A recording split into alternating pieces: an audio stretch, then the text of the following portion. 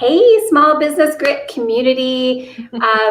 Mary Sue and I back again with another amazing guest, and also someone who represents part of our programming for the upcoming Sales Circus, March 15th to the 19th.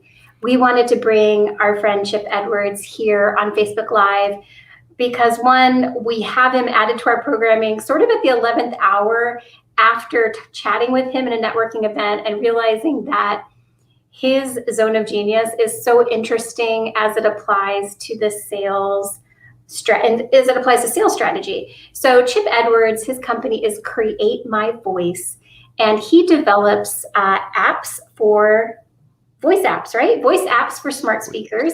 And these apps deliver the ability for your brand to be heard in an all new cutting edge technological way. This is the wave of the future. Our audio brands are increasingly more significant to the success of our business. And this is what we're talking about. Welcome to our Facebook Live, Chip. Great to be here. Love talking about the voice assistants and the stuff that's going to happen in the future. And it's like half of it's already here. And so that's what I'm excited about this presentation that we're going to be doing at the at this next conference is basically demoing. Here's what's happening in the voice assistant space. Yeah, I'm so glad to have you part of Sales Circus because the capabilities of this technology is both intimidating, but also more than that, it's exciting. Like the potential of it. I feel like there's a complete new world dictionary that I need to learn in terms of terms. So maybe we should go through some like basic terminology, like what is a smart speaker? Smart speaker, voice apps, verbal domain. What the heck is all that? What do we need to know? Yeah. That's actually a really good place to start because with these new devices, you're right, the terminology is all different. And so we talk about a voice app or even let's start with smart speakers. I mean, when you say smart speakers, most people know Amazon Alexa. I've got an Alexa in my house, or I don't have an Alexa in my house. I don't want one of those in my house. But most everybody's heard about Amazon Alexa devices, Echo devices, and stuff like that. But that's kind of a generic term for smart speakers because now pretty much any speaker that you get, whether it comes from Bose or it comes from or Google or any of these smart speakers, I mean, even the sound bars that come with your TVs now, they all not only just play audio to you, but they've got mics in them so that they can listen to you and they can now hear what you want to accomplish. This is like the big brother advertising companies where, I was talking to my girlfriends and like, have you seen this new wine in a can, Bev? And now that I've said it, I'm going to get advertisement texted to me from Bev. Yeah. Right. That's also what you're talking about, right? That is well, so I don't so much talk about they're listening to you all the time. Well, kind of, I talk about that, but it's the convenience. I mean, we like the convenience of being able to just say, navigate home and let Google figure out the best route to get me there. But I didn't have to pull out my phone and do a lot of stuff with it. I just ask my phone for stuff and now it does stuff for me. So we talk about smart speakers, but really the cool stuff it's called a voice assistant, or that thing that lives inside of the smart speaker, the thing that lives inside of your Amazon Echo device, or your Bose Echo device, or whatever. It's the voice assistant lives inside of there that is doing things for you. That's what we're going to be talking about. Ooh, I mean, it's way more than what my husband does, which is Siri. Yes. Tell my wife to go do X, Y, and Z. No, I'm just kidding. Siri is a voice assistant. That's exactly what we're going to be talking about. And the idea that a brand now can put their brand onto these devices. And so now you can say, this is what I want my audience to hear from me, or I want to happen when my audience. So I get to control that dialogue that the voice assistant will then have with my audience. So so fascinating. Example. Okay, so let's just use my business for an example. Okay. Take advantage of this opportunity. So I have a virtual assistant agency. So, you know, a lot of our messaging is around delegating, you know, productivity, getting things off your plate so you can actually run your business instead of your business run you.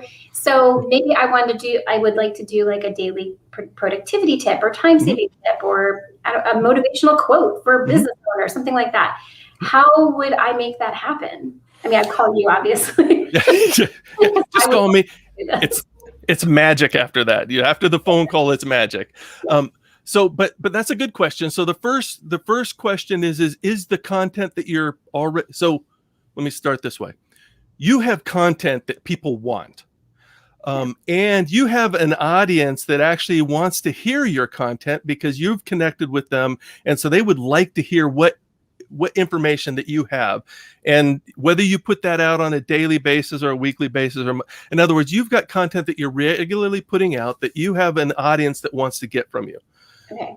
So is the content that you've got, is it in voice? Is it like a podcast already, or is it in text? Do you put it in blog posts? It's all in text, you know, Perfect. blog posts or video. Someone's in video, so Okay. technically you could strip the audio from that. Yeah, so it doesn't matter, because these voice assistants will either play audio or they will turn text into audio.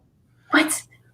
So if you have a blog post, you put that blog post out there, I can make these voice assistants read your blog post to your audience. Ooh. So it could be like an immediate podcast in a way. It can turn your blog posts into a podcast. Matter of fact, we've got a number of bloggers that they've been like, you know, my readership is going down because my readers, they don't sit in front of their computers as much, and they don't pull up my blog. And it's like, I've got to start podcasting because everybody wants to hear my content, but I like to blog. That's what I like to do.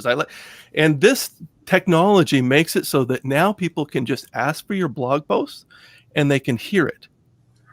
So they can be cooking breakfast and ask for your content and it'll play it to them, or they can be working out, or they can be driving to work and they can just ask for your blog post and it'll say, hey, there's a new blog post out there. You want to hear it? And it'll read it to them, or it'll say, hey, you've listened to the latest one. But here's another one you haven't listened to yet. You want to listen to this one? And it'll play it for them. I love this. Okay, so from the user end, the end user, do they subscribe to these, or what's the education in terms of how you get your user to get this voice assistant to give them the information you want them to have? So we're assuming that your users have voice assistants already. Either it's on their phone, or it's a smart speaker, or it's in their car. So now it comes down to branding. You have a brand. So on the website, you've got a domain name. And if you want them to get your content, you say, hey, type in, here's my website, go to my website, and you can read my blog. It's the same thing. You need to take your brand, and now it's a verbal brand. Now they just ask for your verbal brand. It's called an invocation name. Some people refer to it as a verbal domain name. And so it's the idea of, this is my audio marker that I'm going to load onto these devices. And now anytime anybody uses that or wants to engage that audio, that invocation name, that request now comes to your content, and you decide what happens in that dialogue with your user. Wow. Like work smarter is a common phrase. Yep. I could create that as my invocation name. Call sign. Invocation name, yes. Yes. Matter of fact, on Google devices, the first person that registers that now owns it. They're the one that is going to decide in the future what happens when people say, hey, talk to Work Smarter or ask Work Smarter something. When they use that invocation name, whoever registers that voice app with that invocation name now gets to decide what happens when people use it. Oh my gosh, Mary, so you got to jump on that, because how many times do you think people are like, how do I work smarter, not harder? I know. Well, and I'm looking at Chip's, monthly plans. Yeah. You have a monthly plan, Chip? Yeah, He's got his blog or podcast where you have your invocation name plus a bunch of other stuff, which I guess is your simple without the whole app, but that would at least give you the ownership of the name. Yeah, so basically I build those voice apps for both Amazon and Google devices and put them out there, and then I connect it up with your content. So if you've got a blog, I hook it right into your blog, so now people can hear your blog. Yeah. Well, and we have a comment from Lisa. Okay. Which I think is important. So she's equating, tools that allow a blind person. Well, she's saying deaf. So let me just read her. Well, there is accessibility. Yeah. Here, Yes. Yeah. So these take accessibility to a different level. Because that's one of the things that we people that do website design and stuff, they really want people to say, be careful with how you put your content on your website, because the blind community, when they're coming to your website and they're using those screen scrapers to be able to figure out what's on your website, some things make it totally inaccessible. They can't actually get to your content, or your content is put in such a way that you've got images or tables, or it's in a form that people can't actually, they can't get to it. They can't, and if they can get to it, they can't understand what are you trying to accomplish with this. So a lot of the website design is, how can we make sure your content is out there in a form that the screen scrapers can be able to help the blind community or those with visual impairments be able to understand your content. Voice devices kind of change this whole thing on their head, because now we're not scraping your website. You're putting your content out there, and people don't have to use a screen scraper to be able to find your content on your website. Now they just ask for it. So this is actually a better option in terms of accessibility. If you have both an oral option and a text option, then you're covering your bases, and actually in a better way, right?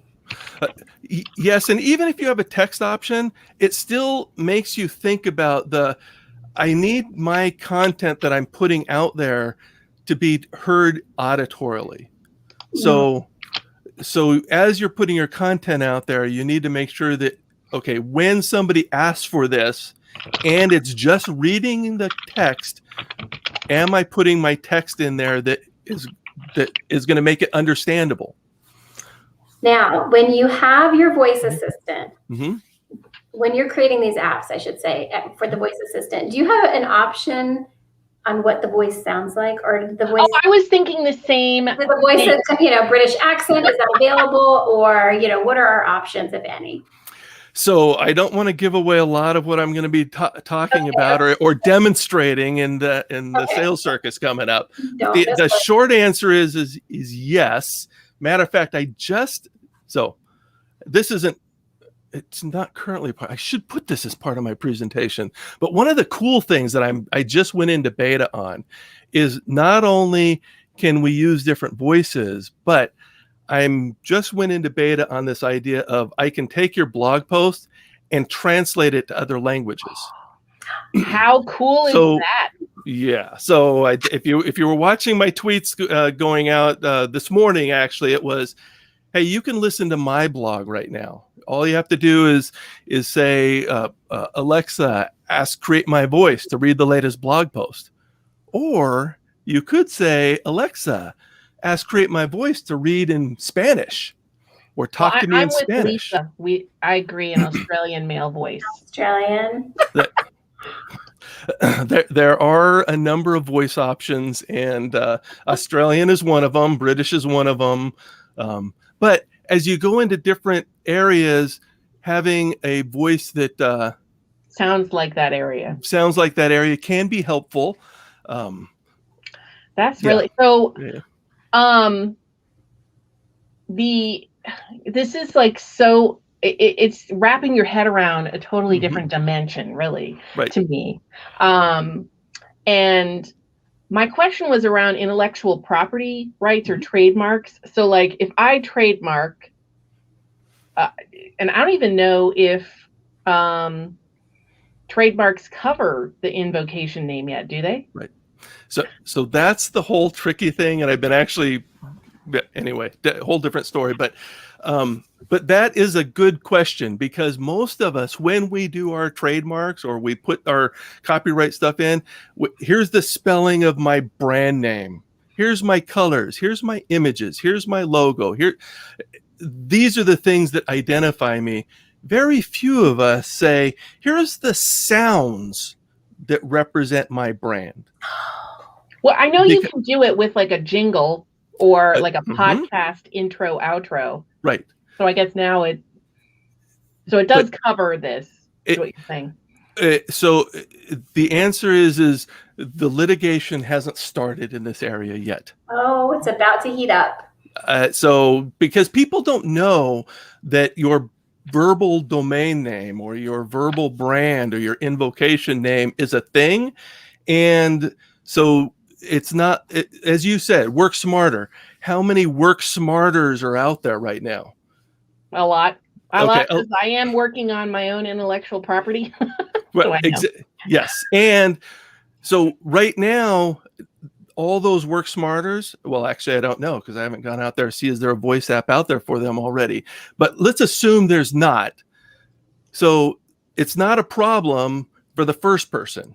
It's a problem for the second person that says, hey, I want to put a voice app out there for Work Smarter. And they're like, oh, somebody already has that. Now what do? Okay. And just to add one more piece in there, lots of times we think of the spelling of Work Smarter, but it's really the sounds of Work Smarter. So there's a lot of words that have a lot of homonyms to them. And so one of the examples I'm going to give is the credit card or the finance firm Capital One. How many ways are there to spell capital? How many ways are there to spell one? Oh, I see what you're getting at. I see where you're going. Right, this is me. Yeah. So once you, in other words, it can be confusing with Capital One. So if somebody else comes and wants Capital One spelled with an O, capital with an O, second A-O, and one W-O-N. Oh, but you already have Capital One, the credit card company. Or the numeral one, in other words, there's, I can, in the website, I can register my domain name as long as I have the spelling, I'm good. But when we're talking about voice devices, it's the sounds that are important. Sounds. Yeah. This is like another dimension. Is this the fifth or the sixth dimension? Well, what I love is that we have you coming to the Small Business Grit because as you said in the description of your talk, which we'll all be listening to intently, is that we have a lot of options. Even though we're tiny businesses, we can take action right now. And it's not going to cost us an arm and a leg to at least take some action and be the first in a space. And we'll learn how to do that really I have an email right now that's a halfway written chip. It's like, here's my scheduling link. I want to talk to you. Okay. Yeah, I'm probably going to do the same thing because I love this. I think it's silly not to do it. I do feel it because it's still early days, right? Like if we jump in now, we're still in the early days of it. Yes. Right now it's like so right now it's like it's 1995 and somebody just told you about, hey, this web thing is coming. Do you want to get your domain name? And you're like, web what? Why? And now it's like, okay, if I have a brand right now, if I have a brand, I pick my domain name before I pick my brand name. Right. Because if I can't get the domain name that I want, it's like I got to pick a different one because everybody understands my brand was my domain name.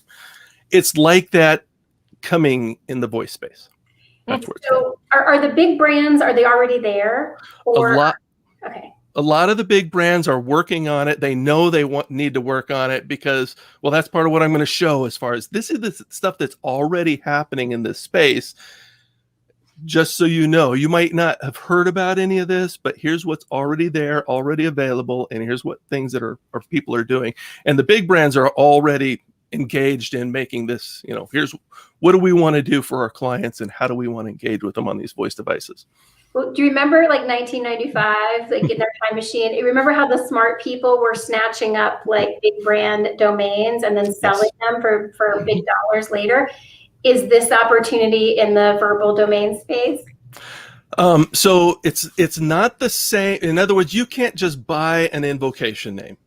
I see. Both Google and Amazon have said, we're not going to let you have that invocation name unless you build a voice app that does something valuable. That's fair. That's so fair. Exactly, because they're trying to make the voice apps even more, or their smart speakers and voice assistants more valuable. And so they're saying, okay, you want that? That's cool, but you got to put something behind it to make it do something. You can't just register the name. You've got to do something with it. That makes sense. Yeah.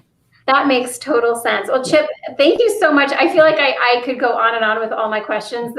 This is such a fascinating world that you've opened us up to, and I imagine you're going to be very busy. Is it just you over at Create My Voice? Are you the one-man show, or do you have a team? So it's currently just me and my wife are the ones that are running it right now. Yeah. Okay, you might need to have a small team after sales circus. I have a feeling your phone's going to be ringing off the hook, or your email is going to be dinging off. Well, I just want to point out his blog or podcast, where you get the invocation name and then you're publishing, I guess, your blog or podcast is under $20 a month. Yeah. So if you're already blogging, it's really simple. Totally worth it. Or even doing like this for Small Business Grit, we could be with an invocation name and I guess somehow publishing these little lives that we do. Let's work on that. I thought we'd be the only virtual event. Right. Alexa, but oh my gosh, so exciting. Okay, well, thank you. And please, it's createmyvoice.com if I'm not mistaken. Createmyvoice.com. Yep. Yeah, createmyvoice.com. Please check out all the things that Chip offers, and please consider getting out there in the verbal space and getting on these smart speakers. I mean, I would love to connect with a lot of you via a smart speaker. That would be a lot of fun. I'm still not comfortable talking to speakers. I'm still working on that. I still feel like I'm a little awkward. I'm too wordy. They don't understand me all the time. I'm still trying to simplify my speech a little bit so that that's more successful.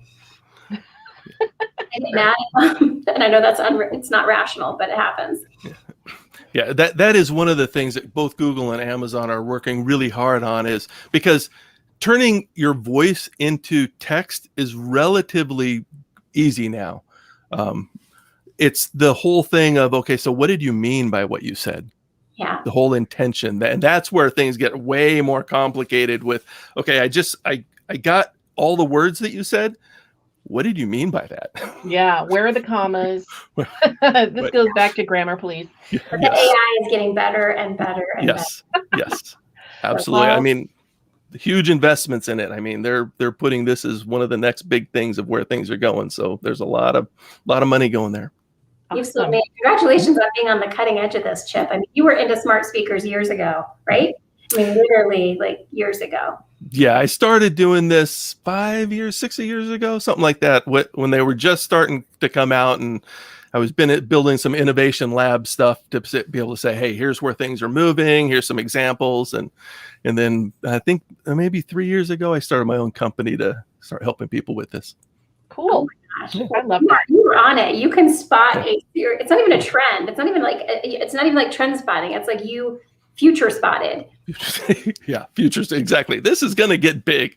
Yeah. That's impressive. Well, thanks again, Chip, for being part of Sales Circus, March 15th and 19th. I can't wait to hear more of what you have to share. Thank you. Thank you. Looking forward to it. Everybody.